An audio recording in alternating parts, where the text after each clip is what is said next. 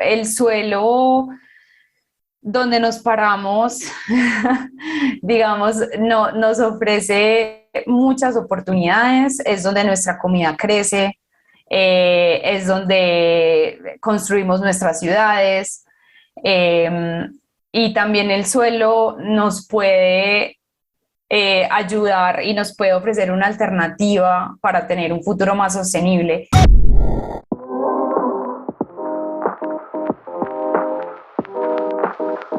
Bienvenidos a Neto Positivo.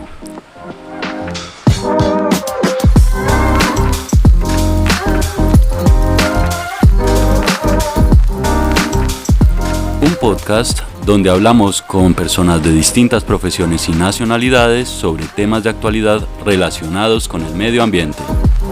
Acompáñanos.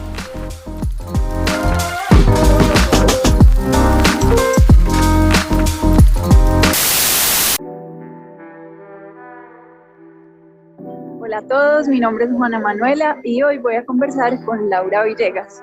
Ella es ingeniera ambiental de Medellín. ¿Cómo estás, Laura? Hola, Juana, y hola a todos. Muy bien. ¿Dónde te encuentras en este momento? Ahorita estoy en Medellín y yo trabajo desde mi casa. Tú estudiaste en la Escuela de Ingeniería de Antioquia, el pregrado, Ingeniería Ambiental, y luego te fuiste a estudiar a Alemania. ¿Cómo fue ese tránsito? ¿Cómo fue pasar de Colombia a Europa?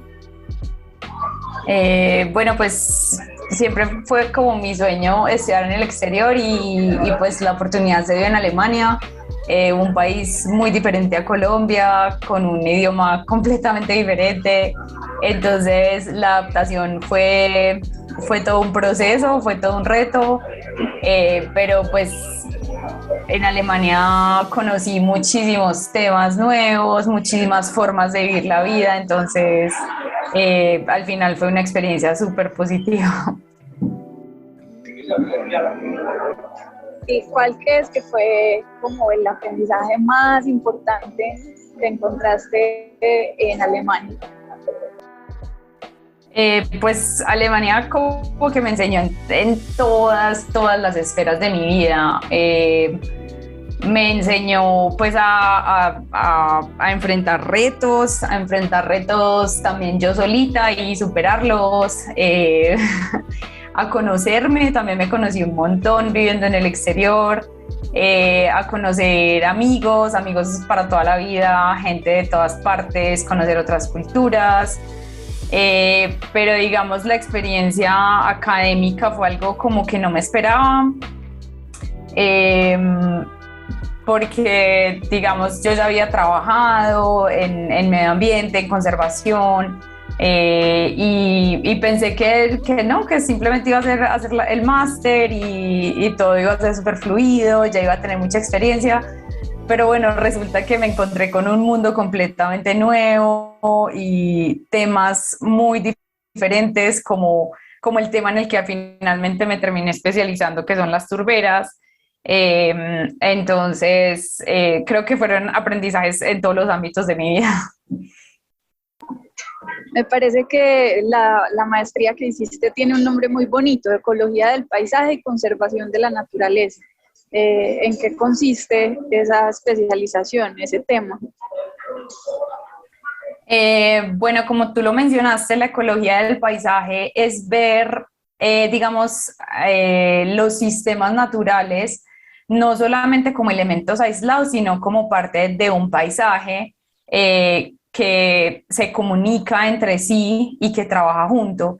Entonces, la maestría pues tenía muchísimos enfoques desde la parte de botánica, entonces saber un poco más sobre las plantas, pero yo me fui por el tema de las turberas, que es también un ecosistema que es muy interesante por sus relaciones con su entorno y digamos su funcionamiento, cómo depende tanto de lo que pase a su alrededor y en su interior al mismo tiempo. Entonces, la maestría sí se enfocaba en analizar el paisaje como un sistema holístico, y no analizar los sistemas naturales como elementos aislados. Bueno, ya sabemos que el tema en el que Laura se enfocó es el de las turberas y ya vamos a explicar qué son las turberas. También es un tema nuevo para mí, pero antes quisiera preguntarte por qué escogiste ese tema, cómo llegaste ahí. Sabemos que fuiste toda la vida una súper buena estudiante y que puedo contar esto. Sí, lo puedo contar. Claro que sí. Y que el único examen que perdiste en la vida fue el examen justamente sobre las turberas. Entonces, ¿tiene eso algo que ver con que después te hayas especializado precisamente en ese asunto? No, pues a pesar de que el tema me dio, digamos, una lección de humildad, una lección de vida, finalmente como que me interesaba tanto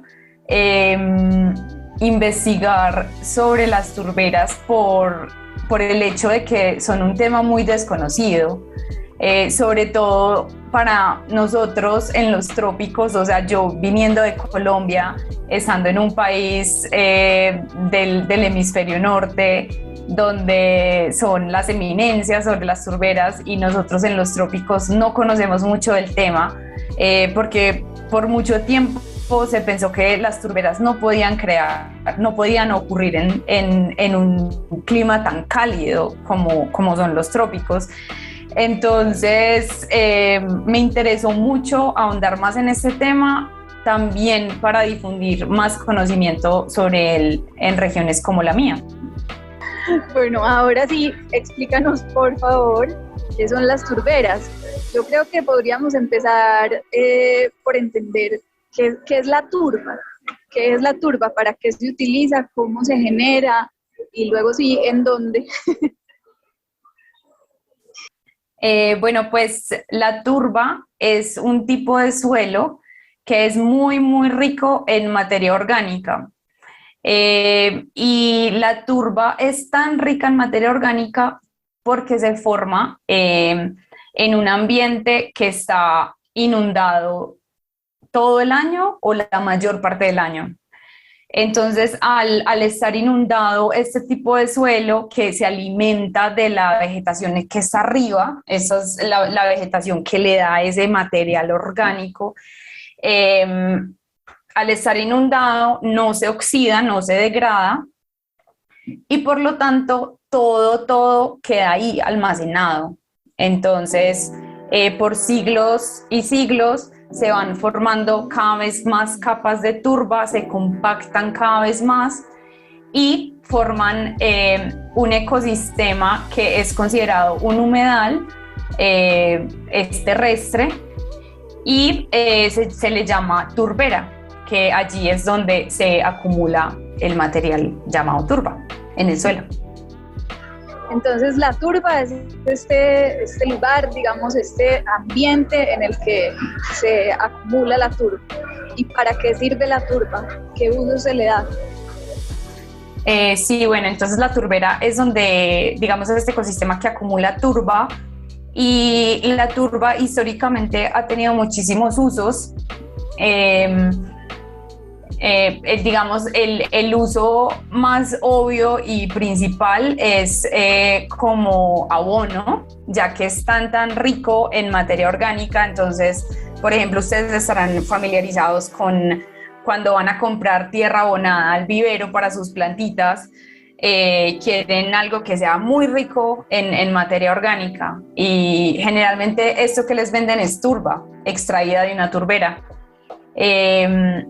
Y bueno, ese es uno de los usos como más históricos, como abono orgánico, pero también ha sido usada como combustible.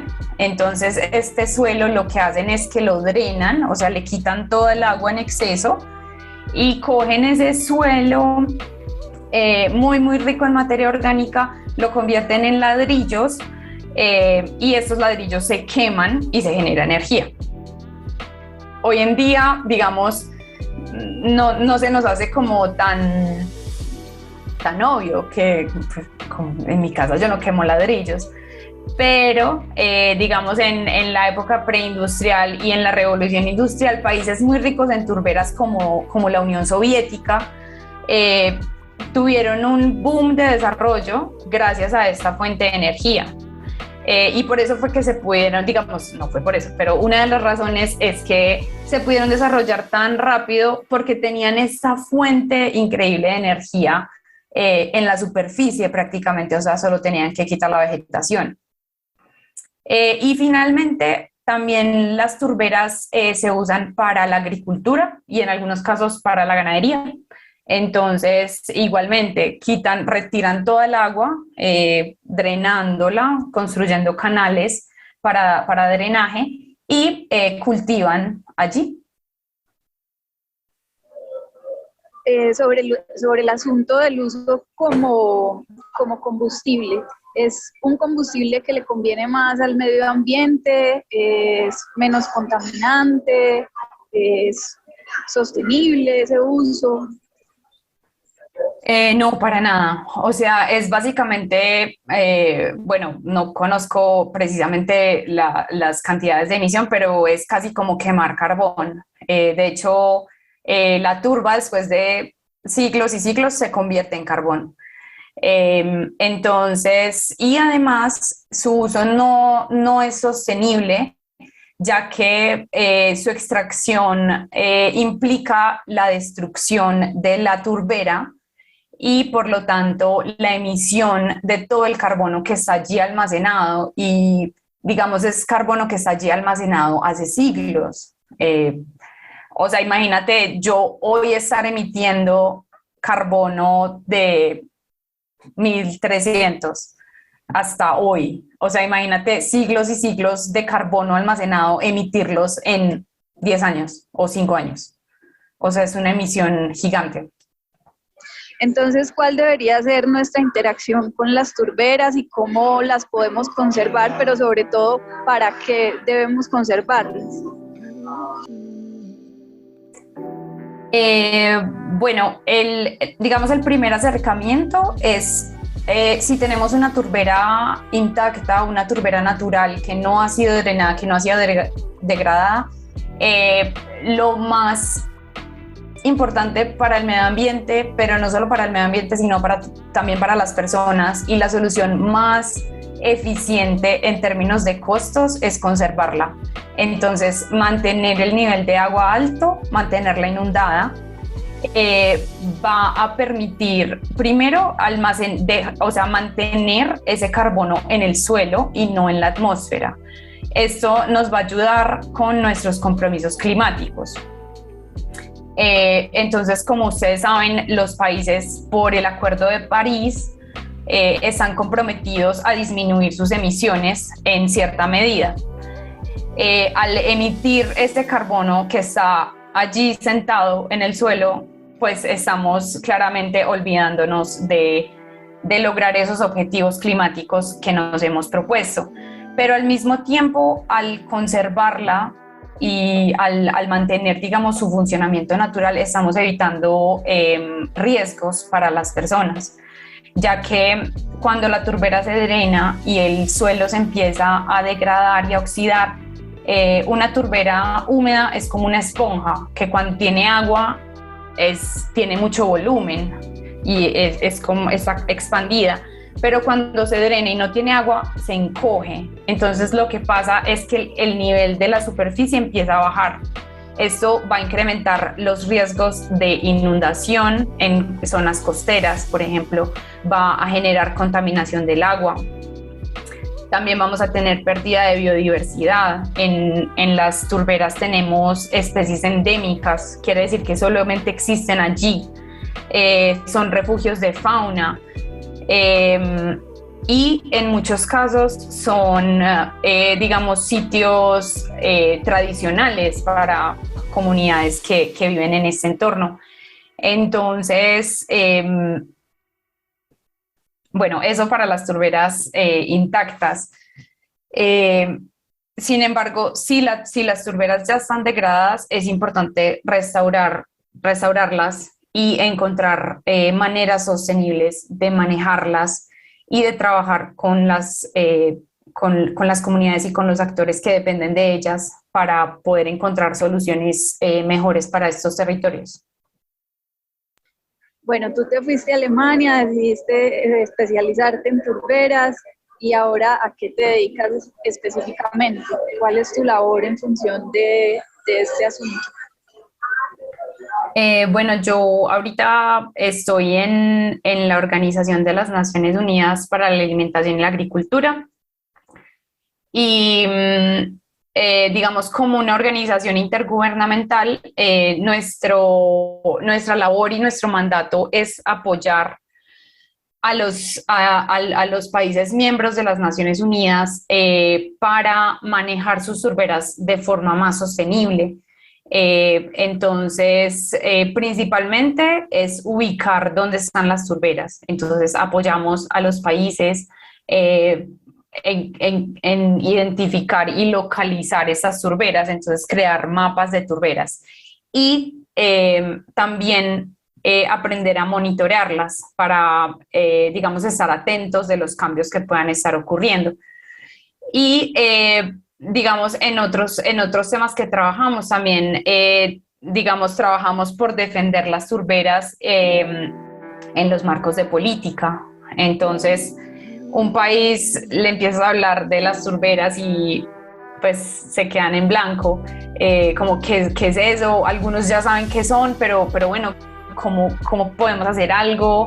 Si ahí ya hay cultivos o no, pues, o sea, ¿cómo las hago parte de mis estrategias? Entonces nosotros los ayudamos también a identificar esas oportunidades. Y finalmente, yo trabajo principalmente por el fortalecimiento de capacidades, entonces el aprendizaje sobre las turberas, el aprendizaje sobre los métodos para mapear turberas, para monitorear turberas, y que, digamos, los actores del país puedan ser actores claves para sus gobiernos y para sus entornos, para sus comunidades, en manejar las turberas más sosteniblemente. ¿Cuál es el procedimiento que siguen actualmente los países para identificar y mapear y monitorear las turberas? Bueno, digamos que todos los países tienen su acercamiento. Ellos definen cómo hacerlo. Muchos países, bueno, no muchos, más bien pocos, han invertido en hacer estudios de campo extensos para ir a probar al sitio si ese suelo es turbera o no. Pero, digamos, también tenemos que, en el mundo de hoy, tenemos que encontrar métodos, digamos, más costo eficientes para lograr lo que queremos hacer. Entonces, hoy en día se están mapeando turberas principalmente con percepción remota, entonces con la ayuda de satélites con datos ópticos y datos de radar, que nos permiten también mapear las turberas de forma remota desde el espacio. Obviamente es necesario hacer chequeos de campo, o sea, validar si esas turberas identificadas si es cierto que están allí. Pero bueno, existe todo un campo de modelos y de desarrollo tecnológico, verdaderamente de alta tecnología, para identificar dónde están las turberas. Y bueno, y los países ya digamos, para el tema de monitorearlas, deben definir cuál es su objetivo también, como por qué las quiero monitorear. Quiero medir mis emisiones o quiero evitar su conversión. Entonces, digamos, eso ya depende de las necesidades de cada país. Y de allí se desarrolla, digamos, la estrategia de monitoreo y el sistema de monitoreo. Cada vez, al ver que se nos viene encima pues el desastre ambiental que hemos ido generando como especie desde que estamos en el planeta, pues nos vamos enterando de más cosas que podemos hacer para frenarlo, para disminuir ese desastre. El tema de las turberas no suena tanto, por lo menos entre la gente que no conoce a fondo el asunto del medio ambiente, que no está tan familiarizada. Por ejemplo, el de los páramos cada vez más en Colombia pues es sonado y todos queremos defender los páramos, y cuando aparece algún proyecto que va a atentar contra el páramo pues reaccionamos. Es fácil ya para nosotros identificar un páramo, cómo es el paisaje de un páramo, cuál es su vegetación, lo relacionamos inmediatamente, qué sé yo, con los frailejones, pero ¿con qué podemos asociar una turbera? ¿Cómo se puede identificar una turbera? ¿Cómo es el paisaje en torno a una turbera? Bueno, ese es uno de los grandes retos y también la razón que ha contribuido a que no se conozcan ampliamente las turberas, y es que no tenemos una lista de características, no tenemos una definición global, no tenemos una receta que me diga si sigo estas, si encuentro esto es una turbera, digamos a simple vista, ¿cierto? Y pues las personas somos muy de lo que vemos, y si no vemos no creemos. Y digamos, una de las características de las turberas es que su valor está bajo tierra, encapsulada en el suelo. Entonces es un gran riesgo allí almacenado, que si drenamos la turbera todo se va a emitir y digamos va a ser un incremento de emisiones que va a ser completamente irreversible. Entonces es difícil comunicar y es difícil enganchar y vender el tema a diferentes actores que están fuera del ámbito científico y académico. Pero digamos que tenemos que encontrar soluciones para digamos, conocer las especificidades de este ecosistema en cada uno de los lugares que existe. Entonces, por ejemplo, como tú mencionaste, en un páramo, pues sí, todos conocemos un páramo, pero bueno, un páramo es muy grande, ¿no? No es que todo el páramo sea una turbera, o sea, hay partes que son turbera, entonces podemos ver musgos en el suelo, un suelo que parezca una esponjita, un cojincito, pero hay otras turberas que son una selva densa en el Congo, en el Amazonas. Hay también turberas en la costa, algunos manglares. Entonces, sí, tenemos que simplemente trabajar con la especificidad y no con la generalidad. Pensando hacia el futuro, ¿tú crees que este debería ser uno de los temas que se aprenda, por ejemplo, en biología en el colegio, y que la gente cada vez se identifique mejor y se relacione con él? Sí, yo creo que, digamos, el suelo en general, porque el suelo donde nos paramos, digamos, nos ofrece muchas oportunidades, es donde nuestra comida crece, es donde construimos nuestras ciudades, y también el suelo nos puede ayudar y nos puede ofrecer una alternativa para tener un futuro más sostenible. Entonces creo que, no diría que solo las turberas, pero en general deberíamos en biología y en el tema de medio ambiente aprender mucho más sobre el suelo y darle un poco más de protagonismo, así no tenga una carita amable como el frailejón Ernesto Pérez o no sé.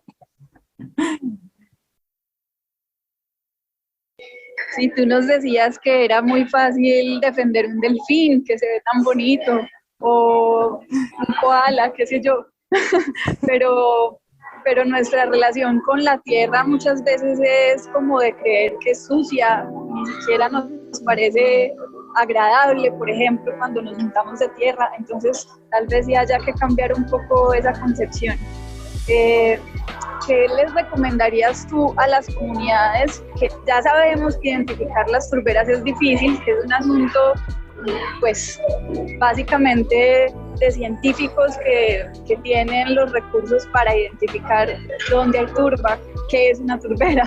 Pero digamos que cuando ya hay identificada una turbera, ¿qué puede hacer la comunidad que está alrededor para sacar cierto provecho de eso sin destruirla? Sí, bueno, pones también pues un tema muy, muy importante y muy álgido porque son finalmente las personas que viven en las turberas y cerca a las turberas quienes van a, por decirlo de alguna manera, sufrir las consecuencias de no poder explotar esa tierra. Y digamos, ese tesoro que está ahí enterrado, pero ¿cómo así? ¿Y yo cómo lo saco? ¿Cómo puedo sacar un beneficio de eso? Y es un tema que la verdad yo no tengo una respuesta única en este momento, simplemente tenemos que trabajar desde los conocimientos tradicionales, tenemos que trabajar con la gente que vive allí y digamos no creernos tampoco los grandes científicos que conocemos mucho sobre las turberas cuando las personas que viven allí pueden conocer mucho más sobre el funcionamiento de la misma que yo. Entonces tenemos que trabajar juntos para identificar las mejores soluciones para cada caso específico. Creo que es algo que he aprendido también de las turberas. Bueno, y para despedirnos, ¿cuál es como tu mayor propósito con esta labor que vienes desempeñando? ¿Cuál es tu aspiración? ¿Qué ilusiones tienes en función de las turberas? No, o sea, yo quiero difundir lo que más pueda el conocimiento, pues el conocimiento tanto académico y científico de lo que hemos aprendido los científicos de estudiar las turberas, pero también quiero difundir el conocimiento de la gente y la gente cómo ha manejado las turberas históricamente, qué hacen hoy en día por manejarlas de una mejor forma. Hay casos, por ejemplo, en las montañas del Perú, donde los campesinos están ampliando la turbera. Entonces, o sea, también es un contraste con, ay, todo el mundo está destruyendo las turberas, pero los campesinos en la montaña la están ampliando para tener más forraje para sus animales, pero, o sea, están ampliando la turbera. Entonces, yo quiero difundir este conocimiento y quiero que más personas aprendan sobre lo que se está haciendo y sobre lo que las turberas pueden hacer por nuestro futuro. ¿Tienes alguna anécdota, alguna historia cortica que nos quieras contar de alguna experiencia que hayas tenido visitando una turbera en algún lugar del mundo?